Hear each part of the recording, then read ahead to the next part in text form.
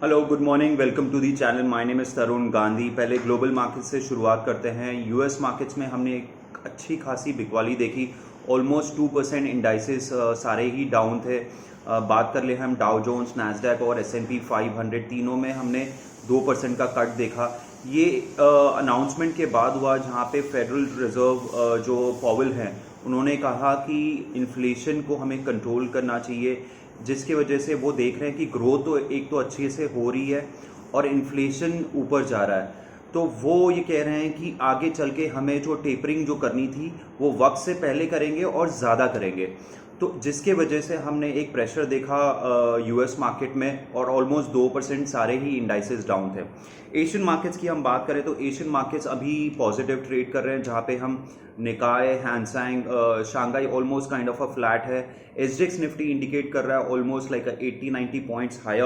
अभी करीबन 8:45 बज रहे हैं, तो ये करीबन 80-90 पॉइंट्स हाई शो कर रहा है। तो एक स्ट्रेंथ दिखा रहा है ओपनिंग टिक में, जिसकी वजह से हम देख रहे हैं कि मार्केट ऑलमोस्ट 17,150 के आसपास ओपन हो सकता है।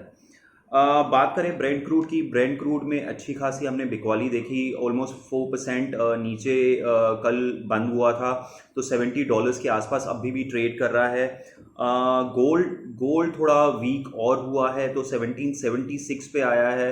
तो कन्विंसिंगली जो 1800 का एक अच्छा खासा सपोर्ट था, 2-3 दिन तक होल्ड करने के बाद उसको ब्रेक कर दिया है। तो ये गोल्ड 1776 के आसपास ट्रेड कर रहा है। अब वो उसका पुराना जो रेंज है 1740 से लेके 1780, 85 या 1800 तक, इसी रेंज में ट्रेड करेगा जब तक ये 1800 के ऊपर ना जाए या 1740 के नीचे क्लोज ना है।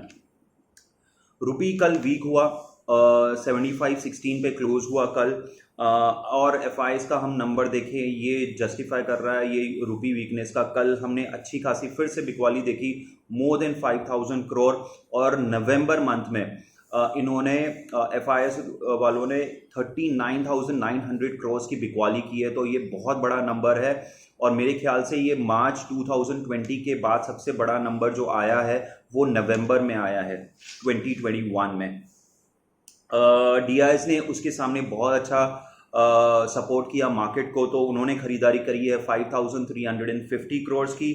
10 ईयर जीसेक की हम बात करें तो 10 ईयर जीसेक आया है 6.326 पे, तो वहाँ पे कोई ज़्यादा चेंज नहीं आया। ये 6.3 से लेके 6.36 के रेंज में ट्रेड कर रहा है।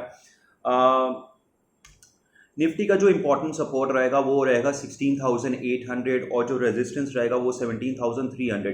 ये दोनों ही मैं क्लोजिंग बेसिस पे कह रहा हूँ। अगर 16,800 के नीचे जाता है और वहाँ पे बंद देता है तो हम 16,600 से लेके 16,500 के लेवल्स पे जा रहे हैं। और अगर 17,300 के ऊपर क्लोज देता है तो स्टैंस जो नेगेटिव है at this point of time या ट्रेंड नेगेटिव है वो शायद हल्का सा न्यूट्रल हो जाए towards 17,600। But at this point of time वो बिल्कुल नहीं लग रहा कि 17,300 के ऊपर हम क्लोज दे सकते हैं। इंडिया का कल 2-3 अच्छे नंबर्स आए हैं। खास करके मैं स्टार्ट करूंगा Q2 जीडीपी। वहाँ पे 8.4% का जीडीपी ग्रोथ आया वर्सेस जो एस्टिमेट्स, मार्केट एस्टिमेट्स थे वो 8.3 का था। वर्सेस लास्ट ईयर का कंपैरिजन अगर मैं करूँ तो 7.4 का कॉन्ट्रैक्शन था। लास्ट ईयर से कंपैरिजन करना ठीक नहीं रहेगा बिकॉज उस टाइम पे ये लॉकडाउन चल रहा था, तो ऑब्वियसली सो मतलब ये करेक्ट नहीं होगा कि मैं उससे कंपेयर करूं। बट अगर हमारा एस्टीमेट से थोड़ा बेटर आ रहा है, दैट्स अ गुड साइन कि एस्टीमेट से हम बेटर परफॉर्म कर रहे हैं। दूसरी एक चीज़ है, जो हमारा फिस्कल डेफिसिट जो साल का था उसका हमने 32% जो फिस्कल डेफिसिट है वो अभी तक हुआ है अप्रैल से लेके अक्टूबर तक का, तो ये भी ठीक ठाक चल रहा है। जनरली स्पीकिंग ये फ्रंट लोडेड रहता है कि ज़्यादा पहले खर्च होता है। और इस बार हम देख रहे हैं करीबन 32-33% का हमने फिस्कल डेफिसिट जो एनुअल टारगेट था FY22 का वो अभी तक हुआ है। उसके साथ साथ S&P ने रेटिंग्स ने अभी भी मेंटेन किया है कि हमारी जो जीडीपी साल की रहेगी वो 9.5% की रहेगी। तो ये भी एक अच्छी चीज़ है जहाँ पे उन्होंने 9.5% को मेंटेन किया हुआ है। और एक न्यूज़ है जहाँ पे भारत बायोटेक अभी स्टडी कर रहे हैं कि कोवैक्सीन क्या ओमिक्रॉन के ऊपर असरदार रहेगा या नहीं रहेगा, ये अभी वो स्टडी करेंगे। और जनरली स्पीकिंग, अगर ये मैं साइंटिफिकली तो इतना जानता नहीं हूँ, but as per the market news it is anticipated कि हम ये 3 महीने में इसकी हम कोई ना कोई एक उपाय इसका निकलेगा जो कि इसको कंटेन कर सकता है। सो ये एक अच्छी चीज़ है in case of the vaccine. Now हमने मार्केट्स पे तो बहुत बड़ी बात करी है और थोड़ा रिपीटेटिव हो रहा है, तो अभी मैं आज 2 आईपीओस के बारे में बात करूंगा, जो 2 आईपीओस अभी मार्केट में चल रहे हैं, क्या आपको वो अप्लाई करना चाहिए या नहीं करना चाहिए, इसके ऊपर हम थोड़ा सा डिस्कशन कर लेते हैं। एक है टेगा इंडस्ट्रीज, जो कि आज से शुरू हुआ है। 1 दिसंबर से लेके ये 3 दिसंबर तक का है। इसका मैं आईपीओ साइज अगर मैं बता दूं तो ये करीबन 186 करोड़ का है, बहुत छोटा सा आईपीओ है। अगर मैं फेस वैल्यू की बात करूं तो 10 रुपीज़ का है। आईपीओ का जो प्राइस रेंज है वो 443 से लेके 453 रुपीज़ पर शेयर है। मिनिमम लॉट साइज जो आप अप्लाई कर सकते हो वो 33 शेयर्स है, जिसका मतलब ये रहेगा कि अगर आप अप्लाई करते हो 1 लॉट तो वो 14,949 का रहेगा, और अगर आप 13 लॉट्स अप्लाई करते हैं to come into the retail category, so आपको 13 लॉट्स अगर आप अप्लाई करते हो तो 429 शेयर्स अप्लाई करोगे, एंड इट इज़ 1,94,337। अगर मैं प्रमोटर्स की बात करूं तो प्रमोटर की जो होल्डिंग रहेगी prior and post the IPO, prior it is still now 85.17%, तो प्रमोटर की होल्डिंग बहुत ही अच्छी है। आईपीओ आने के बाद भी, जो डाइल्यूट होने के बाद भी पोस्ट आईपीओ शेयर होल्डिंग वो रहेगा प्रमोटर के पास, वो रहेगा 79.17। तो मेरा मानना है इस आईपीओ में आप पैसा लगा सकते हो for a listing gain also, and for the long term अगर आपको व्यू है फॉर द नेक्स्ट 1.5-2 ईयर्स का, तो ये आईपीओ में आप सब्सक्राइब कर सकते हो, तो ये आप देख के चल सकते हो। सेकेंड आईपीओ जो एग्जिस्टिंग अभी चल रहा है वो स्टार हेल्थ का है, सारे ही जानते हैं स्टार हेल्थ को। इनका जो मार्केट शेयर है करीबन 15.8% है, और ये retail health and group health segment में मतलब उस बिजनेस में केटर करता है, और उनका 89% of the business is from the retail health and 10.7% is from the group health insurance.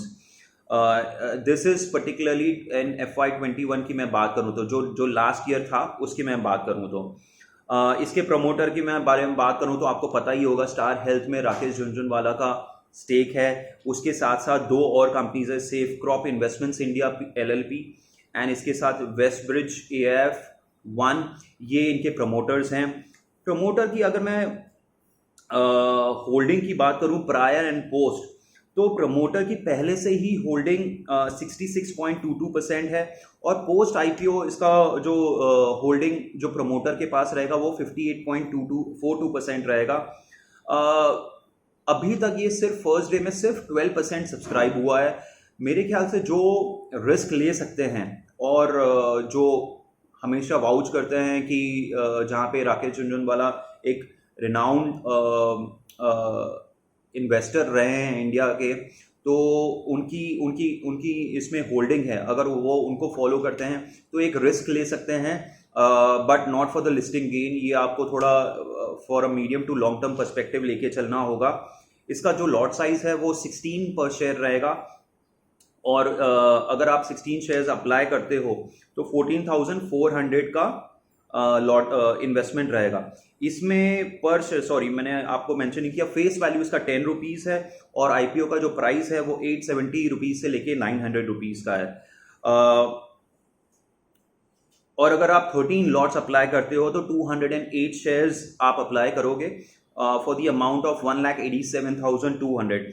तो मेरा मानना है कि स्टार हेल्थ में अगर आप अवॉइड कर सकते हो तो आप अवॉइड कीजिए, या तो अगर आप रिस्क ले सकते हो तो 1 लॉट अप्लाई कीजिए, जस्ट देखने के लिए कि इसका कैसा बिहेवियर रहता है। बट आपका होल्डिंग पीरियड इसमें 1.5 से 2 साल का होना चाहिए। It is only for the risk taking investors. So Star Health would be to avoid. The second is the Tega Industries, जहाँ पे आप इन्वेस्ट कर सकते हो, अप्लाई कर सकते हो। मेरे ख्याल से एक बहुत ही अच्छा इसका लिस्टिंग रहेगा। तो इसमें ये हमारी राय रहेगी। आप अपनी भी स्टडी कर सकते हो और आपका क्या व्यू हमारे से मैच करता है तो वो आप कमेंट बॉक्स में भी मेंशन कर सकते हो। इसके साथ साथ अगर आपको ये वीडियो अच्छा लगा तो प्लीज़ लाइक एंड सब्सक्राइब कीजिए, अपने फ्रेंड्स फैमिली मेम्बर से शेयर कीजिए और फिर हम कल मिलते हैं। Thank you so much.